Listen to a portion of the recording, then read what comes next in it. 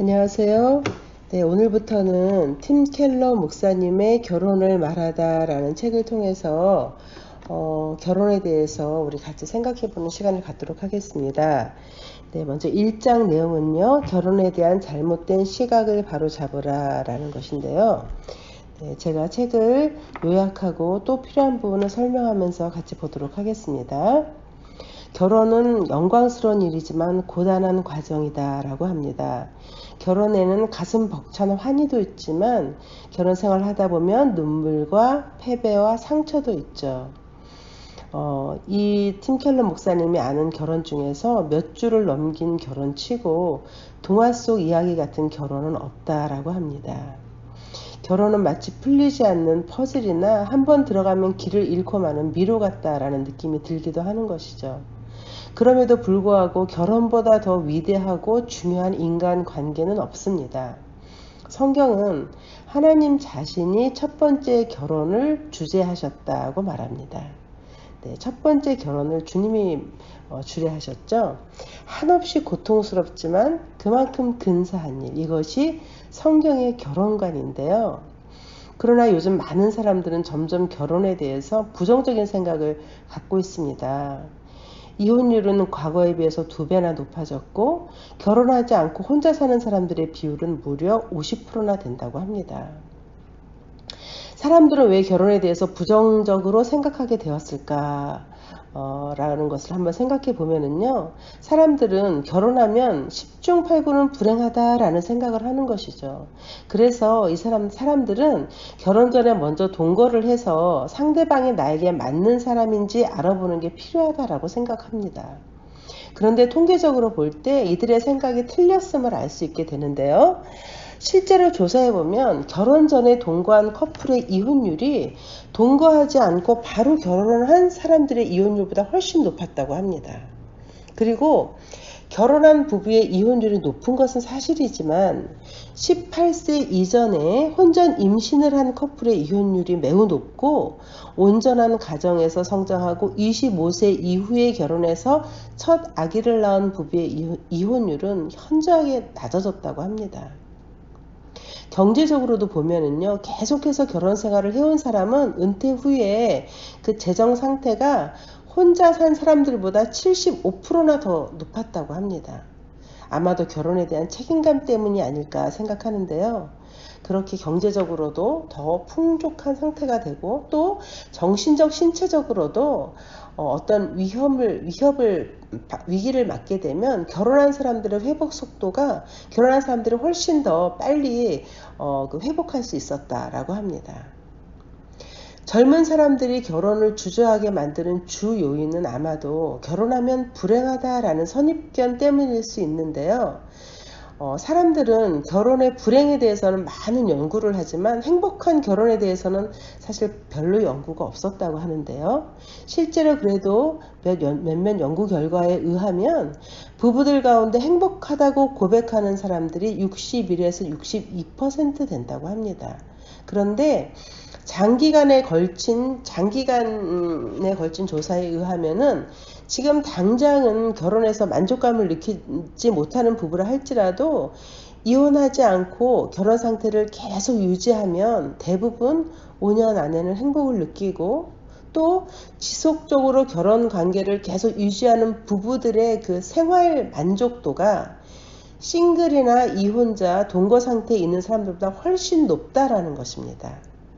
그러니까 대다수의 부부들은 행복감을 느끼고 있고 그렇지 않은 커플이라 할지라도 이혼하지 않고 있으면 점차 만족스러운 관계로 회복하게 됨을 보여준다라는 것이죠. 그런데 그렇다면 결혼에 대한 비관론은 어디서 비롯된 것일까요? 생각해 보면은요, 결혼에 대한 비현실적인 이상주의 때문이다라는 것이죠. 그게 무슨 말이냐면요, 과거에는 결혼을 통해서 우리 가정의 유익을 도모하고 내가 우리의 결혼을 통해서 사회에 이바지하고 또 하나님께 봉사하고 이런 것이 결혼의 목적이었었는데 현재는 결혼이 개인의 만족을 위한 것이 됐다라는 것이죠. 그러니까 과거에는 두 사람한테 초점이 맞춰져 있지 않았고 결혼이 가정이나 사회나 하나님을 위해서 존재하는 것이었는데 현재에는 결혼을 통해서 서로 행복한 것이 목적이 되었다는 것입니다.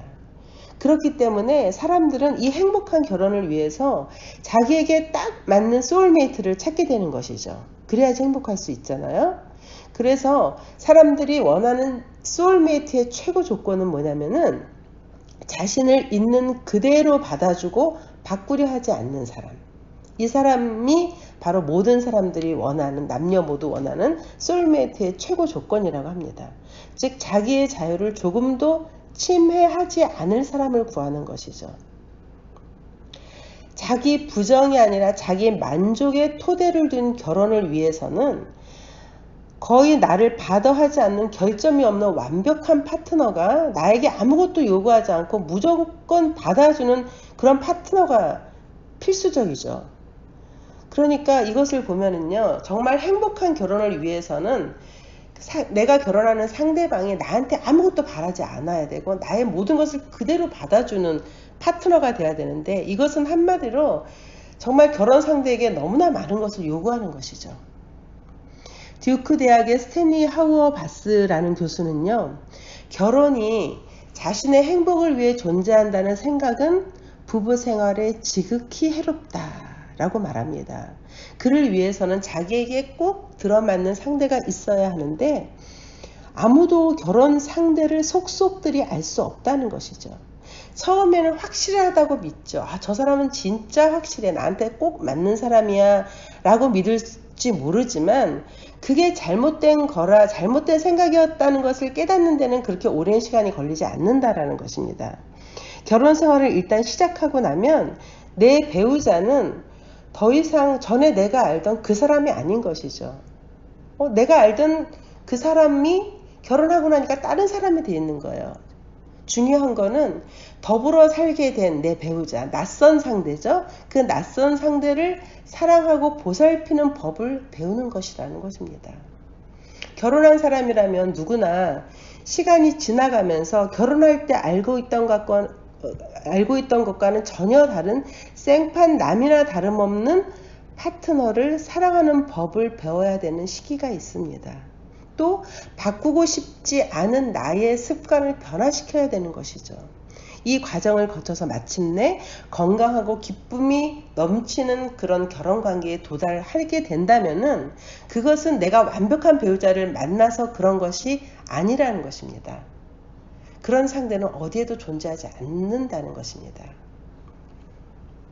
딱 맞는 결혼 상대가 존재하지 않는 이유는요, 결혼 생활을 시작하는 두 남녀는 죄로 인해서 영적으로 깨진 상태이기 때문이라는 것이죠. 그래서 두 남녀는 각자 서로 영적으로 깨졌기 때문에 자기 중심적인 삶을 살 수밖에 없는 존재라는 것이에요. 드니 두 루즈몽이라는 사람은 예민하고 이기적이고 미숙한 이들이 사랑에 빠진다고 해서 어떻게 순식간에 천사가 되겠는가 라고 말했습니다. 이것이 그토록 선하고 중요한 결혼이 그토록 괴롭고 고단할 수밖에 없는 이유인 것입니다. 문제는 결혼 제도가 아니라 죄인인 우리 자신인 것이죠. 바울은 에베소서에서 결혼에 대해서 말했는데요. 결혼을 큰 비밀이라고 했습니다. 에베소서 5장 31절 32절에 보면은요. 그러므로 사람이 부모를 떠나 그의 아내와 합하여 그 둘이 한 육체가 될지니 이 비밀이 크도다. 이렇게 말했거든요. 바울이 말하는 비밀이 뭘까? 이 말 뒤에 바울은 앞에서 25절에 보면은요. 남편들아 아내 사랑하기를 그리스도께서 교회를 사랑하시고 그 교회를 위하여 자신을 주심같이 하라 라는 말씀을 상기하면서 그리스도와 교회에 대해서 이 말을 한다라고 말을 합니다. 그러니까 이 말이 무슨 말이냐면 예수님과 우리가 연합한 것처럼 남편들도 아내와 연합해야 된다는 것입니다. 예수님이 우리 위해서 자신을 주시고 희생적으로 우리를 섬겨주셨기 때문에 우리들은 주님과 연합하게 되었죠. 이것이 복음입니다. 우리가 생각하는 수준 이상으로 죄에 깊숙이 빠져 있으며 우리 내면에는 수많은 흠이 있습니다. 하지만 예수님께서는 상상을 초월하는 큰 사랑과 용납을 통해서 우리를 받아주시는 것이죠. 복음은 흠과 죄가 많은 우리들이 하나님의 놀라운 사랑과 용납을 받는 것입니다. 이것이 결혼에도 그대로 적용돼서 복음의 능력을 경험한 사람은 상대방의 죄와 결점을 보고도 여전히 사랑하며 온전히 용납해 줄 수 있게 된다는 것이죠. 배우자가 복음의 능력을 힘입어서 하나님의 사랑을 힘입게 되면 이러한 사랑을 상대방에게도 나누어 줄 수 있게 되는 것입니다. 이것이 크고도 놀라운 비밀의 실체입니다. 우리는 복음을 통해서 결혼의 여정을 이어갈 능력과 본보기를 얻습니다. 즉 이게 쉬운 말로 말하면은 복음을 보면서 우리의 결혼 생활도 복음을 통해서 그리스도가 우리를 사랑하신 그 여정을 보면서 우리의 결혼 생활도 이와 같아야 되는구나 라는 것을 알게 된다는 것이죠. 결혼은 이 복음이 가장 잘 드러나는 관계이고 이것이 결혼의 비밀이라는 것이고 결혼을 통해서 복음의 신비가 드러난다라는 것입니다. 이것이 팀 켈러의 말인데요. 좀 더 제가 조금 쉽게 얘기를 하면은요. 자기 중심적인 죄인들에게 결혼은 힘든 것이죠. 다 나 중심적이고 나의 필요를 채워주기를 원하건 나를 사랑해주기를 원하니까 힘든 것이에요. 각자가 원하고 있으니까.